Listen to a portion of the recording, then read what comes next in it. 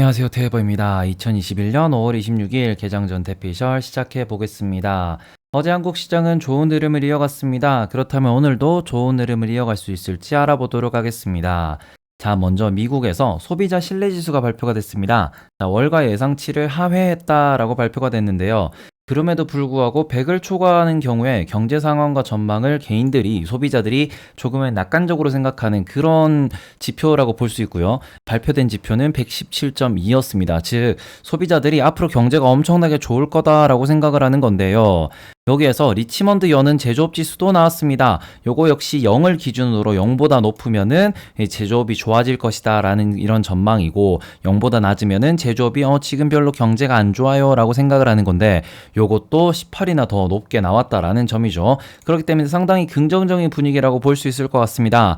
여기에 신규 주택 판매 지수 역시 전월 대비 5.9%가 하락했다, 4월달이. 자, 이건 무엇이냐 그러면은 이게 주택 판매가 이루어지지 않고 있다. 왜냐하면은 주택이 비싸거나 혹은 주택을 짓지 못해서라고 생각할 수 있을 것 같습니다. 그래서 실제로 미국 내 원목 수급의 불균형이 발생하고 있다. 가격에 거품이 낀 것이라기보다는 원목이 정말로 공급이 되지 않는 것일 수도 있다라는 이러한 예상이 가능하게 해줬다라고 볼 수 있을 것 같습니다.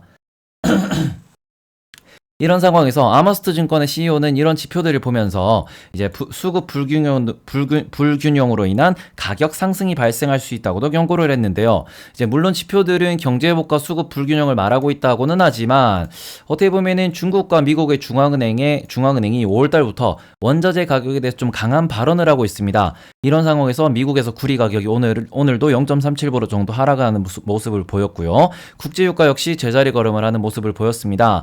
거기에다가 런던에서도 이게 금속 가격이 별로 상승하는 모습을 보이진 않았고요. 거기다가 미국에서도 곡물 가격이 그냥 제자리 걸음 혹은 뭔가 옥수수나 대두박 선물 같은 경우에는 큰 폭의 하락도 보이는 모습이 있었습니다. 그렇기 때문에 어떻게 보면 원자재 시장의 급등세가 조금은 진정이 되고 있다라는 관측도 많습니다. 그렇기 때문에 미국 연준의 예상대로 자산 시장이 조금은 일시적 인플레이션이 이제 유지가 되고 있는 상황이고, 요게 다시 돌아갈 수 있다라는 의견, 이제 다시 또 디플레와 싸워야 한다, 아직까지 경제가 회복된 것이 아니다라는 이런 의견도 우리가 조금 생각을 해봐야 되지 않나라는 그런 생각입니다. 다음으로는 미국 시장 마감 소식입니다. 자, 빅테크들이 제자리 걸음을 했어요. 구글은 거의 제자리였고, 아마존이 0.4% 상승, 페이스북 같은 경우에는 0.9% 상승을 하긴 했지만 애플 같은 경우에는 0.2% 하락하기도 했습니다. 자, 이런 모습을 보이면서 금융, 제약, 바이오, 거기다가 에너지, 원자재까지 좀 많은 섹터가 하락하는 모습도 보이기도 했습니다. 그러면서 지수를 한번 살펴보시면은 다우존스를 중심으로 장 마감까지 꾸준히 좀 밀리는 모습을 보여주었습니다. 하지만 나스닥 같은 경우에는 어느 정도 좀 저가 매수가 많이 존재를 했고, 필라델피아 반도체 지수는 오히려 상승하기도 했다라는 점 확인해 주셨으면 좋겠습니다. 자, 이러면서 지금 국제유가 같은 경우에는 0.27% 하락을 했고요. 국제유가는 조금 다른 이슈가 있긴 한데, 이란에 대한 제재가 완화될 조짐이 좀 보이고 있습니다. 지금 미국이 이란의 원유 수출을 막고 있죠. 요게 완화가 될 수 있다라는 이런 이야기가 나오면서 국제유가는 이제 이란 같은 경우에는 오펙의 회원국이긴 합니다. 하지만 오아펙이라 그래서 아랍 석유 수출 기구가 또 따로 있습니다. 자, 여기에는 회원국이 아니기 때문에 이제 아랍 석유 수출 기구에서 우리 좀 감산하겠습니다라는 이런 의견은 이란이 따를 필요가 없어요. 그렇기 때문에 또 이란도 수출 물량이 워낙 많고, 거기다가 제품의 질도 좋고, 이란은 원래 저가로 많이 팔아먹는 이런 국가이기 때문에 국제유가가 조금 떨어질 수 있다라는 소식, 요것도 있다 보니까 유가가 조금은 안 좋고, 에너지 섹터가 오늘 주가도 조금 빠졌다라고 볼 수 있을 것 같고요. 다음으로는 이제 금 가격은 0.88% 상승하면서 1900달러를 돌파했고, 이제 10년물 국채금리 같은 경우에는 2.74% 하락하면서 1.564로 마감되는 모습도 보였습니다. 자, 이런 상황을 좀 종합을 해보면은 주식 시장이 조금 여전히 고점 논란은 있죠. 날짜가 변하지 않았으니까. 이런 상황에서 주식이 비싸고, 그 상황에서 오르는 거는 금 가격과 매수가 많이 들어가는 거는 10년물 국채다. 조금은 안전지향 혹은 뭔가 여전히 위험 선호는 존재합니다. 이게 주식을 사고 싶어하고 뭔가 비트코인이나 원자재를 사고 싶어하고 요런 수요는 존재를 하지만, 좀 큰손 투자자들 혹은 좀 많은 투자자들은 비싸기 때문에 조금은 현금을 들고 있는 것보다는 뭔가 자산에 투자를 해야 된다라는 생각은 갖고 있지만, 그런 자산이 선택할 수 있는 선택지가 금이나 혹은 뭐 채권밖에 없다라는 점이 지금의 시장 분위기를 좀 잘 나타내주는 이런 해석이지 않나라는 생각입니다. 자, 그러면서 미국 달러 지수 선물은 0.17% 하락하는 모습을 보이면서 90이 무너졌습니다. 자, 그러면서 최근 달러 지수가 상당히 약세를 보이고 있습니다. 다만 미국 내에서 그 인플레이션이 오고 있다, 그러면서 달러의 가치가 떨어지고 있다라는 게 그 투자자들의 의견일 수 있습니다. 다만 이게 증세에 대한 논의가 곧 G7 회의에서 본격화될 수 있다라는 의견이 많습니다. 이제 G7 회의에서 뭐 독일이 이미 뭐 글로벌 법인세 15%에 대해서 동의한다 이런 얘기가 나온 상황이에요. 거기에다가 미국 내 인프라 투자 계획이 축소되고 있다는 점도 어떻게 보면 조금 투자 심리에 영향을 미칠 수 있다라고 생각을 해요. 그래서 이게 정말로 증세에 대한 논의가 있으면서 생각보다 세금이 안 오른다고 주가 지수가 다시 달릴 수도 있는 거고요. 아니면 세금도 이제 올라가고 테이퍼링도 다가온다. 주식을 좀 빼야 되나라고 하면서 조정도 올 수 있기 때문에 지금은 다들 눈치 보는 타이밍이다라고 생각을 하셔야 될 것 같아요. 자, 그래서 그 정도로 이제 좀 정리를 하고요. 다음은 외환시장 같은 경우에는 큰 폭의 움직임은 없었습니다. 다만 이제 원달러 환율 같은 경우에는 어제 한국 그 시간으로 조금은 그 워낙 강세인 모습을 살짝 보이긴 했습니다. 자, 그러면서 원달러 환율이 오늘도 뭐 미국 시장이 열려 있는 동안 큰 폭의 움직임은 없었다라고 봐주실 수 있을 것 같고요.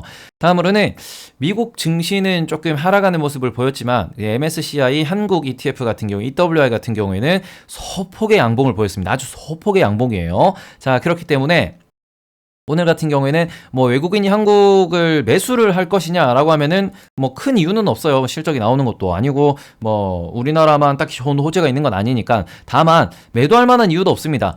그렇기 때문에 좀 조용한 하루가 될 것 같고, 글로벌 증시를 보시더라도 글로벌 증시가 되게 조용해요. 뭐 0.2%, 0.3% 뭐 왔다 갔다 하고 유로스톡스는 0.01% 상승했습니다.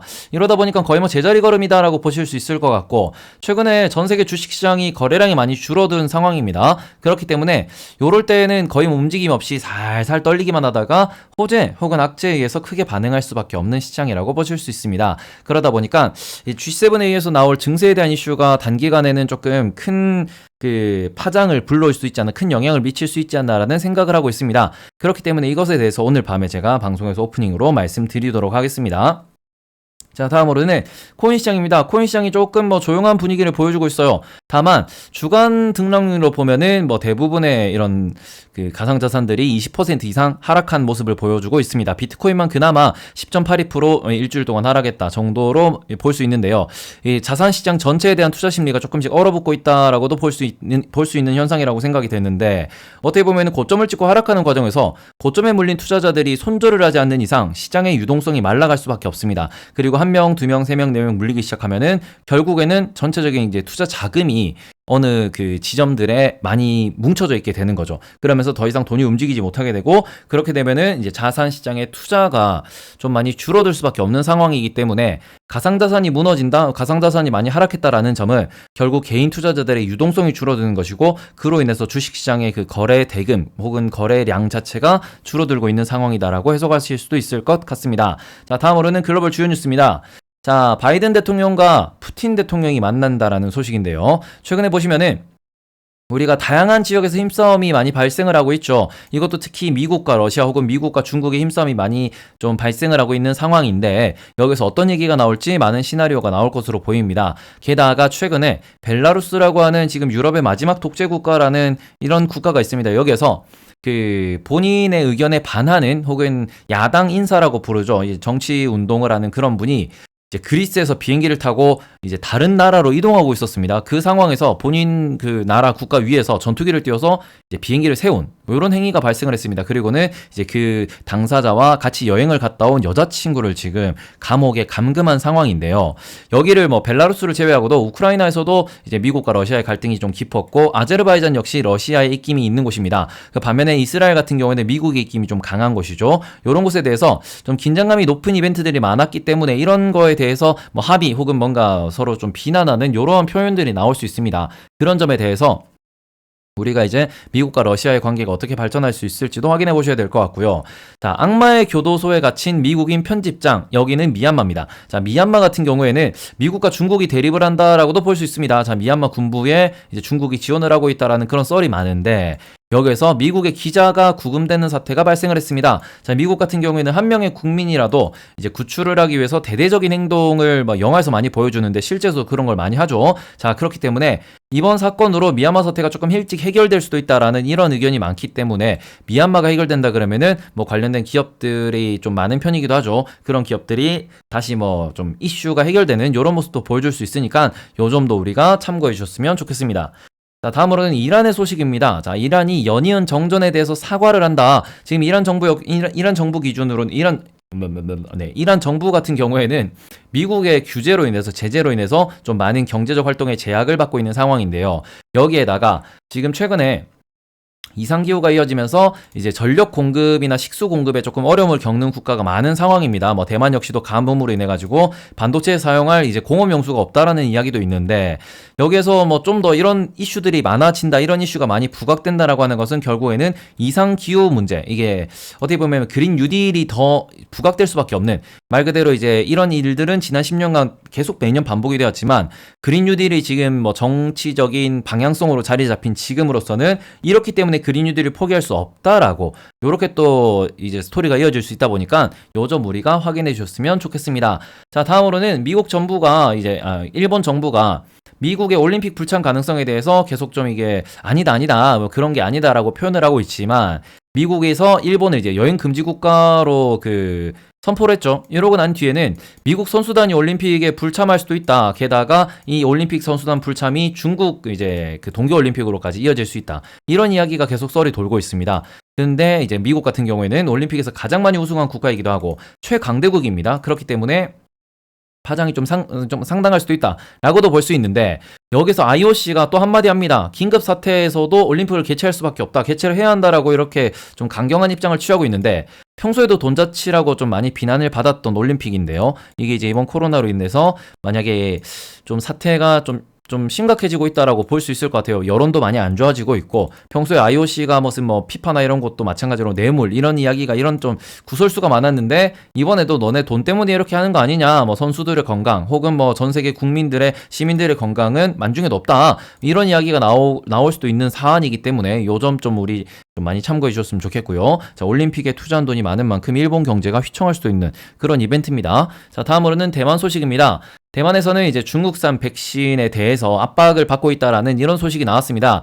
자, 대만 같은 경우에는 이제 여당과 야당이 있습니다. 지금 현재 여당은 친미 성향이죠. 반면에 야당은 친중 성향입니다. 이게 되게 아이러니한데, 이제 중국에서 원차이나를 이야기를 하고 중국이 우리가 보기에는 중국이 되게 조금은 좀 뭐 욕심이 많은 요런 걸로 우리가 뭐 생각을 하고 있지만, 대만 내에서도 중국 본토와 뭐 이렇게 좀 친하게 지내야 된다라는 그런 정치적 성향을 갖고 있는 분들이 되게 많은 상황이에요. 자, 이런 상황에서 이제 아무리 뭐 대만 정계라고 하더라도 반으로 나눠줘가지고 뭐 미국의 백신을 받아야 한다, 뭐 중국의 백신을 받아야 된다, 이렇게 하면서 좀 논란이 있는 상황인데, 이게 지금 어떻게 보면은 대만에 백신을 지원을 하겠다라고 나서는 미국과 중국 역시 역설적이게도 이제 TSMC에서 생산하는 혹은 대만에서 생산하는 반도체가 얼마나 중요한지를 보여주는 이러한 이벤트라고 생각이 되고, 우리나라는 지금은 약간 반도체의 핵심에서 좀 주목을 받고 있지 못하지만 그래도 메모리 반도체 역시도 우리나라가 거의 독점을 하고 있기 때문에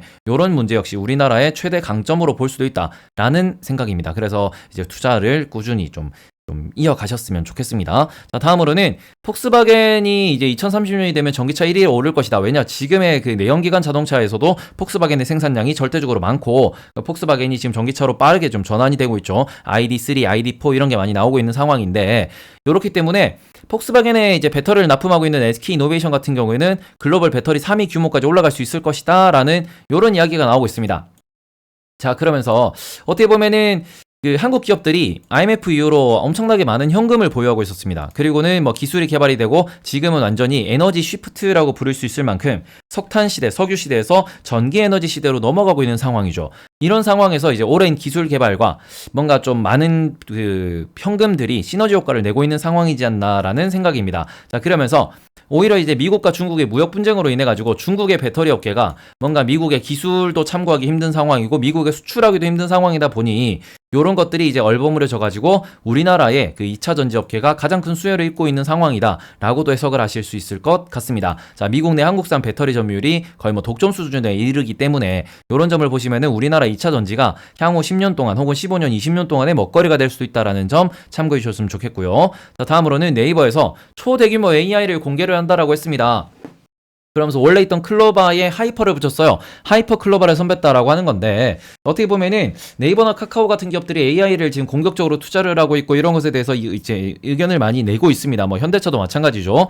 하지만 기술의 혁신이 있느냐라고 보면은 기술의 혁신은 아직까지다. 자, 우리가 AI를 만들었다라는 것은 프로그래밍이죠.